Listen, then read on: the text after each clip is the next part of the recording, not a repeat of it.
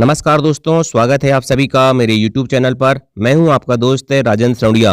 देखिए दोस्तों, आज मैं आपके लिए लेकर आया हूं एमपी पटवारी परीक्षा 2017 का ओल्ड क्वेश्चन पेपर सामान्य हिंदी का। ठीक है, 9 दिसंबर 2017 में दोस्तों प्रथम सीट में ये पेपर हुआ था और इसमें टोटल प्रश्न है दोस्तों 20। चलिए दोस्तों, शुरुआत करते हैं क्वेश्चन नंबर 1 से। देखिए, मैं आपको एक चीज़ बता देना चाहता हूं, आप कितनी भी किताबें पढ़ लें, ठीक है, कहीं से भी पढ़ लें, यदि आप ओल्ड क्वेश्चन पेपर नहीं लगाओगे तो आप एग्जाम हॉल में जाके धोखा खाओगे। ठीक है, इसलिए ओल्ड क्वेश्चन पेपर को लगाना बहुत आवश्यक होता है। और ओल्ड क्वेश्चन पेपर लगाने के क्या फायदा होते हैं और कैसे लगाते हैं, ये सब आपको मैं अभी आगे वीडियो में बताते जाऊंगा। ठीक, चलिए क्वेश्चन नंबर 1 है, स्वर सहित व्यंजन है। स्वर सहित पूछ रहा, मतलब दोस्तों जिसमें स्वर छुपा हो। तो देखिए दोस्तों, स्वर सहित व्यंजन क्या हो जाएगा। व्यंजन क्या होते हैं आपको पता है, नक्का कबूतर से लेके छतरी का त्रत्रसूल का ज्ञागानी तक होते हैं। ठीक है, और स्वर क्या होते हैं, अनाराम से लेके अंगूर आहा तक। ठीक है, ये होते हैं स्वर। तो देखिए, स्वर सहित व्यंजन, स्वर सहित व्यंजन का जो लिखा दोस्तों, इसको कैसे लिखते हैं, आधा का मतलब हलंत, का के नीचे हलंत लगाते हैं और आ लिखते हैं, जब क्या बनता है, का बनता है। ठीक है, ये व्यंजन कहलाता है। लेकिन जो दोस्तों हलंत वाला रूप होता है, ये ओरिजिनल रूप होता है व्यंजन का। ठीक है, शुद्ध हलंत वाला रूप ही दोस्तों व्यंजन कहलाता है। ठीक है, लेकिन स्वर सहित व्यंजन पूछ रहा है दोस्तों, तो याद रखना, का तो व्यंजन है लेकिन इसमें स्वर छुपा हुआ है। कौन सा, का प्लस आ, मतलब आ स्वर छुपा हुआ है, इसलिए स्वर सहित व्यंजन कौन सा हो जाएगा, का हो जाएगा। ला में स्वर छुपा है दोस्तों, नहीं, हलंत लगा उसके नीचे, अगर हलंत के बाद आ आएगा, ठीक है, तब ये जाके क्या बनेगा, ला बनेगा। ठीक है, ई तो स्वर ही है। माँ की बात करें दोस्तों, तो माँ के नीचे भी हलंत लगा है, इसलिए माँ प्लस आ होगा दोस्तों, तब ये क्या होगा, माँ होगा। इसलिए दोस्तों का क्या है, स्वर सहित व्यंजन है। ठीक है, याद रखना दोस्तों, शुद्ध हलंत वाला रूप ही व्यंजन होता है। जिन वर्णों का उच्चारण नाक तथा मुंह से होता है उसे क्या कहते हैं। मैंने बताया था दोस्तों कि उच्चारण मतलब क्या होता है, हवा निकलना, मुंह से हवा निकलना। ठीक है, और यदि दोस्तों उच्चारण करते समय मुंह और नाक दोनों से हवा निकलती तो उसे क्या कहते हैं, अनुनासिक कहते हैं। और अगर दोस्तों केवल और केवल मुंह से हवा निकलती तो उसे क्या कहते हैं, निर्नुनासिक कहते हैं। क्या कहते हैं, निर्नुनासिक, मतलब नाक से हवा नहीं निकलती है। ठीक है, तो याद रखना दोस्तों, अनुनासिक क्या होते हैं, निर्नुनासिक क्या होते हैं। अच्छा, अनुनासिक के उदाहरण की बात करें दोस्तों, तो हम देखिए, आ होता है, आ, ठीक है, इसके बाद आ, ठीक है, इसके बाद ई, इस प्रकार से दोस्तों क्या होते हैं, अनुनासिक होते हैं। और निर्नुनासिक क्या होते हैं दोस्तों, तो निर्नुनासिक हो जाएंगे आ ई ई। ठीक है, आ ई ऊ। ठीक है, अच्छा, यहाँ पर अनुस्वार लिखा है। अनुस्वार का मतलब आपको पता होगा दोस्तों, किसी के ऊपर हम जो बिंदी रखते हैं ना, उसे अनुस्वार कहते हैं। अयोग्य बाह क्या होता है, अयोग्य बाह दोस्तों ये बिंदी वाला होता है और दो विसर्ग वाले जो आते हैं ये होते हैं अयोग्य बाह। क्यों, क्योंकि दोस्तों ये स्वर व्यंजन दोनों में शामिल नहीं होते, क्योंकि इनको लिखते तो हम अम अंगूर का में अम है, ठीक है, और अहा खुशी का में विसर्ग लगाते हैं, तो स्वर की तरह लिखते हैं, लेकिन इनका उच्चारण व्यंजन की तरह होता है, इसलिए ये क्या कहलाते हैं, अयोग्य बाह कहलाते हैं। वही अंतस्थ की बात करें दोस्तों, तो अंतस्थ व्यंजन जो होते हैं इनका उच्चारण भी क्या होता है, स्वर और व्यंजन के बीच होता है। अंतस्थ व्यंजन कौन कौन से होते हैं, या यज्ञ का, र रस्य का, ला लड़के का और वा वजन का। ठीक, क्वेश्चन पूछा जाता है कि अंतस्थ व्यंजन कौन से होते हैं, या रा ला वा, और इनकी संख्या कितनी है, 4 है। ठीक है, चलिए नेक्स्ट क्वेश्चन देखते हैं भाई। र से पूर्व यदि स्वर रहित व्यंजन है तो र का प्रयोग कैसे किया जाता है। तो देखिए दोस्तों, र से पूर्व यदि स्वर रहित व्यंजन है, पूर्व कह रहा है, रा लिखे अपन ने, से यदि पूर्व यदि स्वर रहित कह रहा है, मतलब उसमें स्वर नहीं है, मतलब क्या हो जाएगा, जैसे मान चलो पा ले रहा हूं, पा, ये इसमें स्वर नहीं है। ठीक है, तो आधा पा, ठीक है, या फलंत वाला पा कह सकते हैं, प्लस रा बराबर क्या हो जाएगा, ये प्रा होगा। ठीक है, अगर दोस्तों पहले रा आए, यदि पहले रा आए, ठीक है, और इसके बाद यदि कोई व्यंजन आए, ठीक है, तो उसको कैसे लिखेंगे, जैसे रा और मा हो गया। ठीक है, तो आधा रा लिखेंगे, तो इसमें दोस्तों इसके ऊपर रे की रेप लगती है, जैसे धर्म में लगी है। ठीक है, तो याद रखना, यदि पहले स्वर रहित व्यंजन आता है रा के, तो इसको इस प्रकार से लिखते हैं, और यदि दोस्तों पहले आधा रा आए और माँ आए बाद में, तो इसको रा की रेप लिखते हैं, जैसे धर्म में लिखा हुआ। ठीक है, जैसे धर्म में लिखा हुआ दोस्तों, इसको कैसे लिखेंगे, धा प्लस रा प्लस मा, ये हो गया। लेकिन प्राचीन जैसे दोस्तों प्रावस का बताऊंगा मैं, पा प्लस रा। ठीक है, इस प्रकार से होता है। चलो ठीक है, नेक्स्ट क्वेश्चन देखते हैं। वर्तनी की त्रुटियों से अर्थ में क्या आता है। सिंपल सी बात दोस्तों, समानता तो आएगी नहीं, अंतर, ये देखिए भेद भी नहीं आएगा। ठीक है, अब अंतर और अंतर देखिए दोस्तों, इसने यहीं पर क्या कर दिया है, वर्तनी में त्रुटि कर दिया है, अंतर लिखा है, ये सही, अंतर तो आएगा। ठीक है, वर्तनी की त्रुटि से क्या आएगा, अर्थ में अंतर आएगा, लेकिन अंतर और अंतर दोनों देखिए दोस्तों, उसमें भी क्या है, उसने वर्तनी में क्या करा, त्रुटि करा है, इस प्रकार से अंतर लिखा है, इसको गलत हो जाएगा। ठीक, अंतर कैसे लिखा जाएगा, ऐसा लिखा जाएगा, तो वर्तनी की त्रुटियों से अर्थ में अंतर आ जाता है। ठीक है, इसके कुछ उदाहरण देख लेते हैं दोस्तों, एक दो हम, है ना। ठीक है, जैसे उदाहरण देखते हैं हम, आशीर्वाद। ठीक है, आशीर्वाद लिखने के लिए बोलेंगे किसी को, तो कुछ लोग क्या करते हैं, कुछ लोग आशीर्वाद को ऐसा लिख देते हैं, आशीर्वाद, ठीक है, ऐसा नहीं होता भाई, ठीक है, आशीर्वाद सही होता है ऐसा, ठीक है, आशीर्वाद, ठीक, आशीर्वाद ऐसा लिखते हैं, सही है ना। जैसे कई लोग देते हैं उदाहरण के लिए कैंची, कैंची लिखने के लिए बोले तो कैंची ऐसा लिख देते हैं कई लोग, है ना। तो कैंची ऐसा नहीं होता, कैंची सही होता है ऐसा। कुछ लोगों को सोयम बोलने के लिए लिखेंगे तो कुछ ऐसा लिख देते हैं, सोयम, सोयम, सोयम ऐसा लिखते हैं, जबकि सोयम कैसा होता है, सही ऐसा होता है, ठीक है। तो इस प्रकार की क्या होती है, बर्तनी की त्रुटियों में क्या आती है, अशुद्धि और शुद्धि करते हैं, और इससे क्वेश्चन 100% पूछे ही जाते हैं। तो बर्तनी की त्रुटियों से क्या होता है, अर्थ में अंतर आ जाता है, ठीक। चलिए नेक्स्ट क्वेश्चन देखते हैं भाई। कैसा चांद खालिस्तान सुंदर चेहरा है, इस वाक्य में उचित निपात का चयन करिए। अगर आप लुसेंट से हिंदी पढ़ रहे होंगे तो आपको निपात आपको कहीं नहीं मिलेगा देखने के लिए, है निपात क्या होते हैं, ठीक है। और यदि होगा भी दोस्तों तो आपकी नज़र उसमें नहीं जाएगी, ठीक है। तो देखिए दोस्तों, सबसे पहले मैं आपको निपात बता देना चाहता हूँ कि निपात क्या होता है। छोटी सी चीज़ है, अतिरिक्त भार देने के लिए दोस्तों जिन शब्दों का प्रयोग किया जाता है, किसके लिए, अतिरिक्त भार देने के लिए, अतिरिक्त भार देने के लिए किसका उपयोग किया जाता है, निपात शब्दों का उपयोग किया जाता है। जैसे कैसा चांद सा सुंदर चेहरा है, यहाँ पर निपात क्या है, सा है। उदाहरण के लिए दोस्तों एक और उदाहरण देते हैं, तुम्हें आज रात रुकना पड़ेगा। मैं यहाँ लिखता हूं, तुम्हें आज रात रुकना पड़ेगा, ठीक है, रुकना पड़ेगा, ठीक है, समझ गए ना, तुम्हें आज रात रुकना पड़ेगा। तो देखिए दोस्तों, ये एक सिंपल वाक्य है। अगर मैं बोल दूं तुम्हें आज रात रुकना ही पड़ेगा, तो क्या हो गया, रुकना ही पड़ेगा, मतलब किसी भी कंडीशन में रुकना पड़ेगा, तो ही लगाए ना। तो ये ही जो होता है दोस्तों, यही निपात होता है, ठीक है, मतलब अतिरिक्त भार दे रहे हैं हम उस पर, ठीक है। जैसे दोस्तों कल मैं आपके साथ चलूंगा, ठीक है, तो एक सिंपल हो गया, लेकिन कल मैं भी आपके साथ चलूंगा, तो वहां पर भी जो हो जाएगा दोस्तों वो हो जाएगा, निपात हो जाएगा। क्यों, क्योंकि अतिरिक्त भार उसमें हम दे रहे हैं, ठीक है। तो अतिरिक्त भार देने के लिए किसका उपयोग किया जाता है, निपात का उपयोग किया जाता है। इसलिए यहाँ उचित निपात कैसा हो जाएगा, कैसा चांद सा सुंदर चेहरा है। नेक्स्ट क्वेश्चन है, बाण का पर्यायवाची शब्द क्या होगा, ठीक है, निम्न में से कौन सा है, ठीक है। तो देखिए दोस्तों, बाण का पर्यायवाची शब्द होगा ऑप्शन नंबर बी, मतलब उस ऑप्शन नंबर 2 तीर सही होगा, ठीक है। अच्छा, अब देखिए, अब आपने इस प्रकार का ओल्ड क्वेश्चन पेपर लगा रहे हो और आपने क्या करे, पर्यायवाची शब्द आया आपके सामने बाण का, तो आप क्या करो दोस्तों, बाण के पूरे पर्यायवाची शब्द पढ़ लो। जैसे बाण का क्या होता है, तीर होता है, ठीक है। इसके अलावा दोस्तों इसको सर भी कहते हैं, क्या कहते हैं, सर भी कहते हैं। और क्या कहते हैं, सर के अलावा सायक कहते हैं, क्या कहते हैं, सायक कहते हैं, सर, सायक। इसके अलावा बिसिख भी कहते हैं, ठीक है, सिलीमुख कहते हैं, नाराज कहते हैं। तो क्या करना है आपको, बाण के सभी पर्यायवाची शब्द है उसी समय आपको क्या करना है, याद कर लेना है, ठीक है।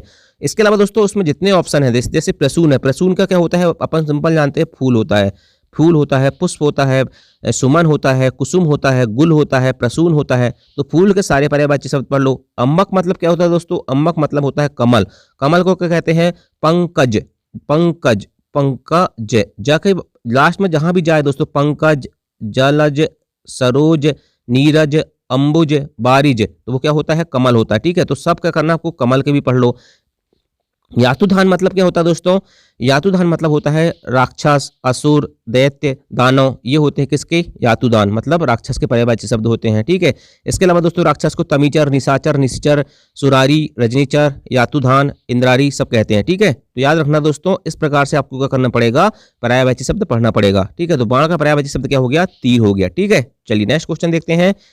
जिसकी 4 भुजाएं हों उसके लिए एक शब्द क्या होगा, चतुर्भुज, ठीक है। तो चतुर्भुज दोस्तों जिसकी 4 भुजाएं हों, ठीक है। तो ये तो पढ़ लिया आपने, लेकिन आपको प्रैक्टिस कैसे करनी है।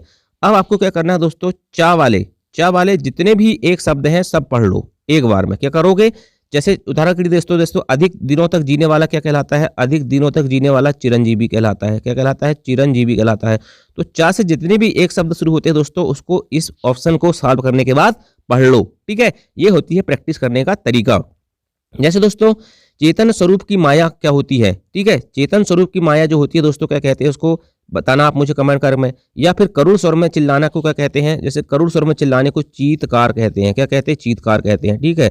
तो चा वाले जितने भी है दोस्तों सबको आपका करना है, पढ़ना चाहिए, ठीक है। क्या करना चाहिए, पढ़ना चाहिए, ठीक है। और अधिक दिनों तक जीने वाला चिरंजीवी, तो चा में जितने भी दोस्तों आपको लगता है कि आसान है तो उनको छोड़ दो। और यदि आपको लगता है जैसे चीतकार, करुण स्वर में चिल्लाना को चीतकार कहते हैं, अधिक दिनों तक जीने वाले को चिरंजीवी कहते हैं, ठीक है। तो इस प्रकार के थोड़ा थोड़ा पढ़ते रहो, मतलब चा वाले आप एक शब्द इस क्वेश्चन को सॉल्व करने के साथ उसको एक बार पढ़ लो, ठीक है। लौट कर आया हुआ के लिए एक शब्द कौन सा, फिर एक शब्द वाला आ गया, तो यहाँ प्रत्ययगत है। क्या है? प्रत्ययगत। अब क्या करना है आपको दोस्तों, प्रत्ययगत आया ना, तो आप पा वाले जितने भी एक शब्द हैं उनको पढ़ लो। ठीक है, इस प्रकार से आपको प्रैक्टिस करना है। आप सोचो कि हम एक शब्द एक ही बार में पूरे पढ़ लें और आपका कॉन्सेप्ट अच्छा हो जाएगा, तो हो सकता है, लेकिन दोस्तों ऐसा नहीं है कि आप ये भी कर सकते हो कि एक शब्द वाला क्वेश्चन आया तो पूरे शब्द एक बार पढ़ लो, एक बार रिवीजन मान लो उसका, और जब जब आपके सामने एक शब्द वाले क्वेश्चन आए तो आप हर बार पूरे क्वेश्चन को पढ़ लो आपकी किताब से। ठीक है, और एक चीज़ और देखना कि हम जो क्वेश्चन पेपर लगा रहे हैं वो क्वेश्चन अपनी जिस किताब से पढ़ रहे हैं दोस्तों, तो उसमें मिल रहे हैं कि नहीं मिल रहे हैं, ये बात भी हमको कहाँ से पता चलती है? ओल्ड क्वेश्चन पेपर से पता चलती है। ठीक है, तो प्रत्ययगत लौट कर आए हुआ को क्या कहते हैं? प्रत्ययगत कहते हैं। ठीक है, अच्छा जैसे पा वाले जैसे कुछ एक दो चीज इंपॉर्टेंट बता रहा दोस्तों, जिसके जैसे मान चलो जो दूसरों के अधीन होता है उसको क्या कहते हैं? पराधीन कहते हैं। जो दूसरों के अधीन होता है उसको क्या कहते हैं? पराधीन कहते हैं। अच्छा, समान रूप से आगे बढ़ने की जो चेष्टा होती है उसको क्या कहते हैं? प्रतिस्पर्धा कहते हैं। क्या कहते हैं? समान रूप से आगे बढ़ने की जो चेष्टा होती है उसको प्रतिस्पर्धा कहते हैं। अच्छा, जो शीघ्र किसी बात है युक्ति को सोच ले उसे क्या कहते हैं? तो प्रत्युन्मत्ति कहते हैं। क्या कहते हैं? प्रत्युन्नमत्ति क्या कहते हैं? जो शीघ्र किसी बात को या युक्ति को सोच ले उससे प्रत्युन्नमत्ति कहते हैं। ठीक है, तो पा वाले पूरे पढ़ लो। देवर्षि का संधि विच्छेद क्या होता है? मैंने बता दिया था दोस्तों, तो कि देवर्षि जहां भी आपको ए ओ और अर देखे वहां कौन सी संधि होती है? वहां होती है गुण संधि। ठीक है, और देवधन ऋषि क्या हो जाएगा? देवर्षि का संधि विच्छेद। जैसे उदाहरण के दोस्तों आपको मैंने बताया था सप्तर्षि हो गया, राजर्षि हो गया। ठीक है, तो क्या होता है दोस्तों, गुण संधि पहली चीज तो याद रखना है, इसमें एक मात्रा आती है। उदाहरण के लिए दोस्तों नरेश, नरेश में क्या आ रही है? एक मात्रा, ये भी हो जाएगा आपका गुण संधि। ठीक है, इसके अलावा दोस्तों वीरोचित, वीरोचित हो गया। ठीक है, जैसे वीरोचित। ठीक है, वीरोचित में भी क्या हो रहा है? एक मात्रा आ रही है, इसलिए क्या होगी? गुण संधि होगी। जहां एक मात्रा आती है वहां क्या होती है? गुण संधि होती है, और जहां दो मात्रा आती है वहां क्या होता है? वृद्धि संधि होती है। ठीक है, तो देवर्षि में कौन सी संधि है दोस्तों? याद रखना, आपकी गुण संधि होती है। ठीक है, देवर्षि, सप्तर्षि, राजर्षि। ठीक है, तो इस प्रकार के शब्द आपको याद रखना है। संधि का मैंने बहुत अच्छा वीडियो बना चुका हूँ। ठीक, रक्षक का विलोम शब्द कौन सा है? तो रक्षक का भक्षक होता है। ठीक है, अब आप क्या करना दोस्तों, रक्षक और भक्षक विलोम शब्द। ठीक है, तो आपकी किताब में जितने भी विलोम शब्द दिए हो दोस्तों सब पढ़ लो, उससे क्या कर लो? उससे सब पढ़ लो, एक ही बार में पढ़ लो। आपने विलोम शब्द का क्वेश्चन लगाया, एक ही बार में पढ़ लो। ठीक, और जब जब प्रैक्टिस करोगे दोस्तों तब तब उसका रिविजन कर लो। मात्र 5 से 6 मिनट लगते हैं भाई। विलोम शब्द में तो ज्यादा शब्द नहीं होते हैं, है ना? लुसेंट में तो बहुत कम दिए हैं। ठीक, चलिए नेक्स्ट क्वेश्चन। ती प्रत्यय से बना हुआ शब्द कौन सा है? क्या? ती प्रत्यय से बना हुआ शब्द कौन सा है? तो शक्ति है। ठीक है, क्या है? शक्ति। ती प्रत्यय से कौन सा शब्द बना हुआ है? शक्ति। अब ये बताइए दोस्तों कि प्रत्यय क्या होते हैं? प्रत्यय दोस्तों ऐसे शब्दांश जो किसी शब्द के बाद में लगते हैं, और उपसर्ग कहाँ लगते हैं? पहले लगते हैं। ठीक है, तो ती प्रत्यय से क्या बना है? शक्ति। अब जैसे दोस्तों लेखक लिख रहा हूँ आपको मैं। ठीक है, लेखक, इसमें कौन सा प्रत्यय होता है? अक प्रत्यय होता है। कौन सा प्रत्यय होता है? अक प्रत्यय होता है। जैसे पालन लिखा मैंने, तो पालन में कौन सा प्रत्यय होता है? अन प्रत्यय होता है। ठीक है, अन प्रत्यय होता है। ठीक है, इसके अलावा दोस्तों अड़ियल लिखता हूं तो अड़ियल, अड़ियल, अड़ियल में कौन सा प्रत्यय होता है? अड़ियल में होता है दोस्तों ईयल प्रत्यय। कौन सा? ईयल। अड़ियल में ईयल प्रत्यय होता है। तो प्रत्यय जब आपने पढ़े दोस्तों तो क्या करना, ती प्रत्यय जब पढ़े तो ती प्रत्यय के साथ दोस्तों आपको ती के सारे क्वेश्चन, सारे जो शब्द रहते हैं वो पढ़ लो। ठीक है, एक नजर मार लो उसमें, है ना? इसके अलावा दोस्तों जितने भी इंपॉर्टेंट है, ठीक है, तो उनको पढ़ लो। जैसे शक्ति लिखा हुआ दोस्तों, तो शक्ति में किससे बना है? शक प्लस ती से बना है। ठीक है, तो यहाँ शक क्या है? ये मूल धातु है। क्या है? मूल धातु या मूल शब्द है। और ती क्या है? प्रत्यय होता है। ठीक है, प्रत्यय भी दो प्रकार के होते हैं, आपने पढ़ा होगा, कृत प्रत्यय और तद्धित प्रत्यय। तो ती जो है दोस्तों ये कौन सा प्रत्यय है? याद रखना कि जो है कृत प्रत्यय है। क्यों? क्योंकि ये धातु के साथ लगा है, शक के साथ लगा है। ठीक है, इसलिए दोस्तों क्या हो जाएगा? ये कृत प्रत्यय हो जाएगा। और तद्धित प्रत्यय क्या होते हैं दोस्तों? जो संज्ञा सर्वनाम के साथ लगते हैं और विशेषण के साथ लगते हैं, जैसे सेठानी। ठीक है, सेठानी में क्या है दोस्तों? इसमें ये तद्धितांत शब्द है। ठीक है, तद्धित प्रत्यय से बने शब्दों को क्या कहते हैं? तद्धितांत। तो सेठ धनानी मतलब सेठानी। ठीक है, तो ये सब चीजें मैंने आपको बता दी हूँ उपसर्ग प्रत्यय वाले क्लास में। देवासुर में कौन सा समास है? मैंने बताया ना दोस्तों, जहां आपको क्या हो जाए? द्वंद्व हो जाए, तो हाँ द्वंद्व समास है। जैसे माता पिता हो गया। ठीक है, उदाहरण के लिए माता पिता, पाप पुण्य, नदी नाले, है ना? तो ये क्या होते हैं? सब द्वंद्व समास होते हैं। द्वंद्व समास में याद रखना दोस्तों, दोनों पद प्रधान होते हैं। क्या होते हैं? दोनों पद प्रधान होते हैं। दोनों पद मतलब दोस्तों पूर्व पद और उत्तर पद। पूर्व पद के यहाँ देवासुर में देव है, देवासुर मतलब देव असुर। ठीक है, ये हो गया पूर्व पद और ये हो गया उत्तर पद। तो दोनों पद क्या होते हैं? प्रधान होते हैं। और दोस्तों जब इनको विग्रह करते हैं तो उनके बीच में क्या क्या आते हैं? जैसे देवासुर, देव और असुर मतलब और आएगा या अथवा आएगा। ठीक है, या आएगा, एवं आएगा। ठीक है, इस प्रकार का योजक लगता है किसमें? द्वंद्व समास के विग्रह में। ठीक है, तो चलिए नेक्स्ट क्वेश्चन देखते हैं भाई। सिर से पैर तक मुहावरे का अर्थ कौन सा है? तो देखिए दोस्तों, यहाँ सिर से पैर की बात हुई है, तो आपको क्या करना है, सिर से पैर तक मतलब दोस्तों होता है आदि से अंत तक। सिर से पैर तक मतलब दोस्तों आदि से अंत तक होता है। तो अब आपको कैसे पढ़ना है इसको, आपको किताब में दोस्तों सिर वाले, ठीक है, सिर वाले जितने भी मतलब मुहावरे हैं उनको एक बार में पढ़ लेना है। कैसा कर लेना है, सिर वाले जितने भी मुहावरे दोस्तों उनको एक बार में पढ़ लेना चाहिए। ठीक है, सिर से पैर तक वाले मुहावरे जितने भी है दोस्तों उनको एक बार में पढ़। जैसे उदाहरण के लिए दोस्तों हम बात करते हैं, जैसे सिर की बात करते हैं तो सिर धुनना। सिर धुनना मतलब क्या होता है, शोक करना। सिर झुकाना मतलब क्या होता है, आत्मसमर्पण करना। और जैसे सिर एक और आता है सिर खुजलाना, तो सिर खुजलाना मतलब बहाना करना। तो सिर वाले जितने भी होते हैं दोस्तों उसको एक बार में पढ़ लो। ठीक है, चलिए शासन का शुद्ध रूप क्या होता है? देखिए शासन जो होता है दोस्तों, आप एग्जाम हॉल में चकरा जाओगे यदि आपकी हिंदी कमजोर है तो शासन को ऐसे लिखते हैं शासन। ठीक है, तो ये शुद्ध बर्तनी शुद्ध वाले बहुत इंपॉर्टेंट है। अब आपको बर्तनी शुद्ध वाले टॉपिक में जाना है किताब में, और वहाँ दोस्तों जो सा वाले जो मिस्टेक होते हैं बर्तनी शुद्ध में, ठीक है, तो उन सभी को पढ़ लो। जैसे उत्कर्ष कैसे लिखते हैं, उत्कर्ष लिखते हैं। ठीक है, उत्कर्ष इस प्रकार से लिखते हैं। जैसे विषाद कैसे लिखते हैं, कई लोग विषाद ऐसा लिख देते हैं। ठीक है, विषाद ऐसा नहीं होता भाई, विषाद होता है ये वाला सा षटकोण का वाला विषाद आता है। ठीक है, एक और दो उदाहरण और देखते हैं। जैसे अवकाश किसी को बोले तो अवकाश कई लोग ऐसे लिख देते हैं। ठीक है, ठीक है, यदि आपकी हिंदी मजबूत है तो आप सही लिखोगे, लेकिन जिसकी हिंदी कमजोर है वो तो गलत करता है ना, उसको बर्तनी शुद्धि में अवकाश ऐसा लिखते हैं सही। ठीक है, जैसे एक और उदाहरण लेते हैं अभिषेक। कई लोग तो, मैंने तो कई अभिषेक नाम के लड़कों को देखा है कि वो खुद अपना नाम गलत लिख देते हैं। अभिषेक ऐसा लिख देते हैं, किसी अभिषेक में ये वाला नहीं आता भाई, अभिषेक में ये सा षटकोण का वाला सा आता है। ठीक है, अभिषेक ऐसा लिखते हैं। ठीक, तो सा वाले जितने भी हैं, ठीक है, शुद्ध रूप अशुद्ध रूप बर्तनी, उनको एक बार में पढ़ लो। ठीक है, इस प्रकार से आपको हिंदी पढ़ना पड़ेगा। हर मानव को मुक्त करेंगे यही विधान हमारा है, भारत वर्ष हमारा यह हिंदुस्तान हमारा है।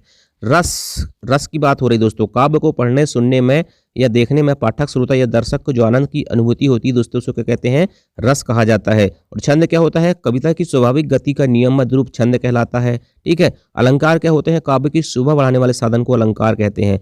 अब आप सोच रहे होंगे दोस्तों कि मुझे कैसे याद है। दोस्तों मैं जब स्कूल में पढ़ता था ना तभी से मेरे को ये सब परिभाषा याद है। ठीक है, इसलिए मैं आपके सामने बोल देता हूँ खटखट। ठीक, मैं जब स्कूल टाइम से पढ़ता था तो मेरे को उसी समय से ये परिभाषा याद है। ठीक है, अभी जो मैंने आपको परिभाषा बोल के बताए हैं उन्हें लुसेंट की परिभाषा नहीं है, ये स्कूल टाइम में जब मैं शिवदाल अग्रवाल की पुस्तक पढ़ता था उस समय, तो उस समय का है। ठीक है, तो हर मानव को मुक्त करेंगे यही विधान हमारा है। इससे क्या हो रहा है, एक उत्साह टाइप का भाव आ रहा है ना। ठीक है, तो उत्साह टाइप का भाव आ रहा है। ठीक है, तो याद रखना दोस्तों, ये वीर रस होता है। वीर रस का स्थायी भाव क्या होता है, आपको पता है, वीर रस का स्थायी भाव होता है उत्साह है। ठीक है, जैसे हम बचपन में पढ़ते थे, वीर तुम बढ़े चलो, धीर तुम बढ़े चलो, सामने पहाड़ हो कि सी की दहाड़ हो, तो उसमें क्या होता है, वीर रस होता है।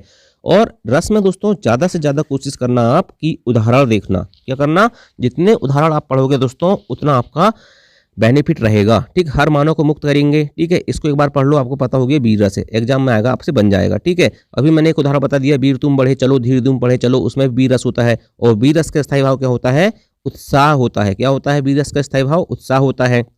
रस कितने प्रकार के होते हैं, मूल 9 से 9 प्रकार के होते हैं, लेकिन अभी 2 और बढ़ गए हैं दोस्तों, एक भक्ति वाला और एक वात्सल्य वाला। ठीक है, तो इसलिए 11 हो गए हैं। ठीक है, चलिए नेक्स्ट क्वेश्चन देखते हैं भाई।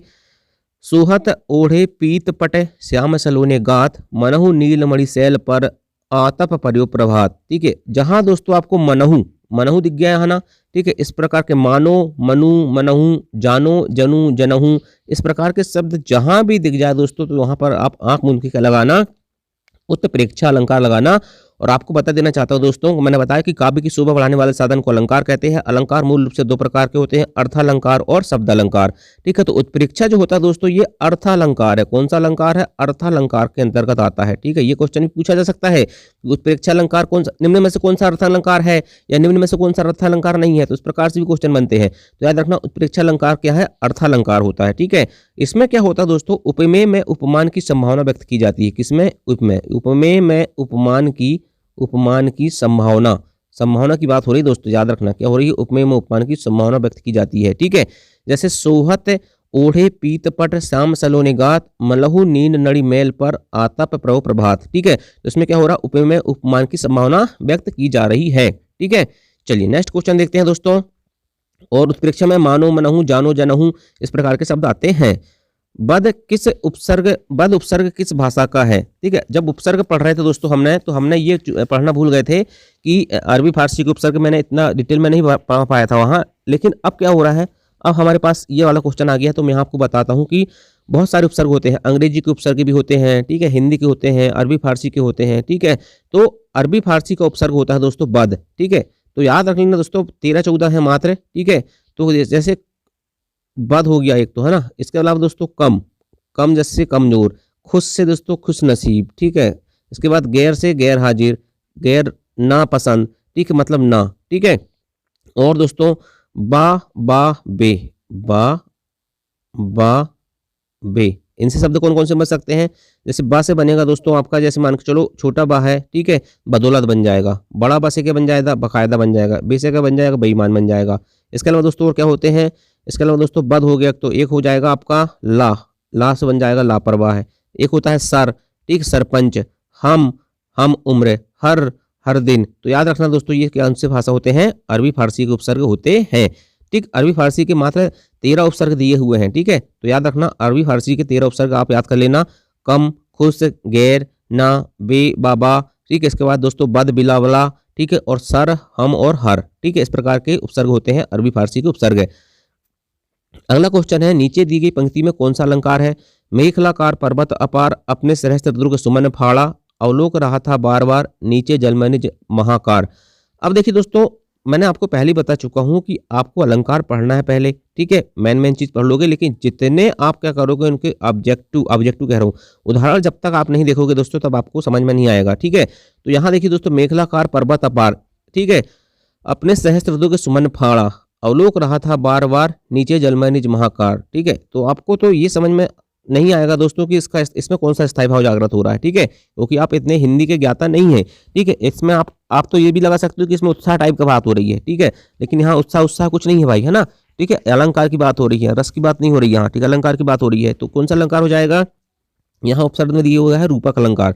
रूपक अलंकार में क्या होता है दोस्तों, उपमेय में उपमान का आरोप होता है। ठीक है, और मुख चंद्र से है, जैसे मुख चंद्र है, डायरेक्ट बोल दिया इसने दोस्तों मुख चंद्र है, तो यहाँ क्या होता है, रूपक अलंकार होता है। डायरेक्ट उपमेय में उपमान का आरोप होता है, निषेध रहित होता है।